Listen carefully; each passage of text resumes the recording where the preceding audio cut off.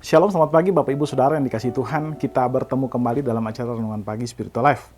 Pagi hari ini kita akan kembali melanjutkan pembacaan Alkitab kita yang hari ini terambil dari 2 Tesalonika pasal yang pertama, ayat yang pertama sampai yang kedua. Judul perikop itu adalah Salam.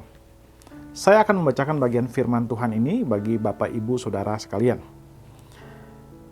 Dari Paulus, Silwanus, dan Timotius kepada jemaat orang-orang Tesalonika di dalam Allah Bapa kita dan di dalam Tuhan Yesus Kristus.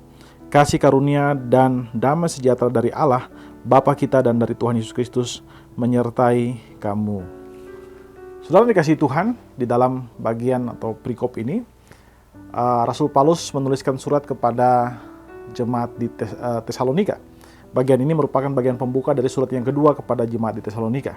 Saudara, Tesalonika merupakan sebuah kota besar di daerah Makedonia atau daerah Yunani, dan Paulus kemudian pernah ada di sana dan membangun pelayanan dia pada saat dia melakukan safari penginjilan dia yang kedua. Di sana dia kemudian menginjil dan banyak orang kemudian menjadi percaya kepada Kristus. Tapi kemudian Rasul Paulus ditolak oleh orang-orang yang tidak mengenal Tuhan dan dia dipaksa keluar untuk meninggalkan kota itu. Lalu kemudian ketika Paulus sudah keluar, Paulus khawatir dengan iman daripada orang-orang yang ada di Tesalonika. Karena itulah dia menuliskan surat ini kepada mereka untuk menguatkan jemaat yang ada di Tesalonika itu. Saudara yang dikasihi Tuhan, dalam ayat pertama dan kedua, dari perikop yang baru saja kita baca, Rasul Paulus memulai surat ini dengan memberikan pujian dan syukur kepada Allah atas kesetiaan dan pertumbuhan iman dari jemaat yang ada di Tesalonika. Serta ia juga memberikan dorongan kepada mereka untuk terus bertumbuh dan kuat di dalam iman mereka. Nah, saudara dikasihi Tuhan, salah satu pelajaran penting yang bisa kita ambil dari bagian ini adalah bagaimana Rasul Paulus memperhatikan dan menghargai pertumbuhan iman sesama orang percaya. Seperti yang kita lihat di sini bahwa Rasul Paulus kemudian mengutus orang percaya, dia menanyakan bagaimana keadaan mereka untuk memperhatikan apa yang sedang terjadi dengan mereka. Lalu di situ juga dia memberikan pujian kepada mereka dan juga dorongan kepada mereka untuk terus bertumbuh dalam kasih karunia Allah Bapa kita. Nah, saudara yang dikasihi Tuhan, sebagai orang Kristen kita pun harus membantu dan mendukung satu dengan yang lain dalam perjalanan iman kita sebagai orang percaya, sehingga kita dapat bertumbuh bersama sebagai tubuh Kristus yang kokoh dan sehat. Saudara, renungan ini mengajarkan kita untuk memperhatikan satu dengan yang lain, saling mendukung satu dengan yang lain. Sama seperti Rasul Paulus juga memberikan dukungan kepada jemaat di Tesalonika, demikian juga kita harus memberikan dukungan kepada umat Tuhan yang lain. Dan dikatakan di sana bahwa kasih karunia dan damai sejahtera Allah itu menyertai mereka semua. Rasul Paulus mengajarkan supaya kita mau untuk mendukung satu dengan yang lain dan bergantung kepada kasih karunia Allah, supaya kita dapat bertumbuh di dalam pemeliharaan Allah, di dalam iman kita kepada Allah. Karena itu saudara, marilah kita saling mendukung, saling mendorong dalam memberikan, dalam berbuat baik, sehingga kehidupan kita sebagai orang Kristen bisa terus bertumbuh menuju kesempurnaan Kristus.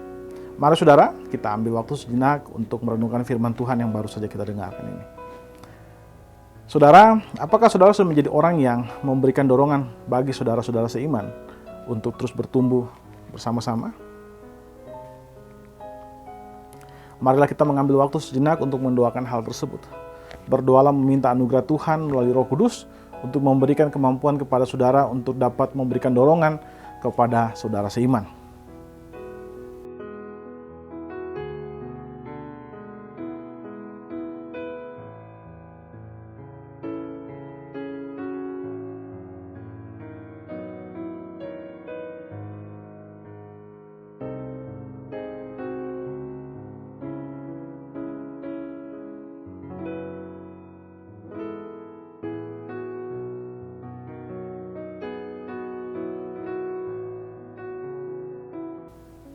Saudara, mari kita saling mendorong dalam perbuatan baik. Mari saudara, kita tundukkan kepala, kita berdoa.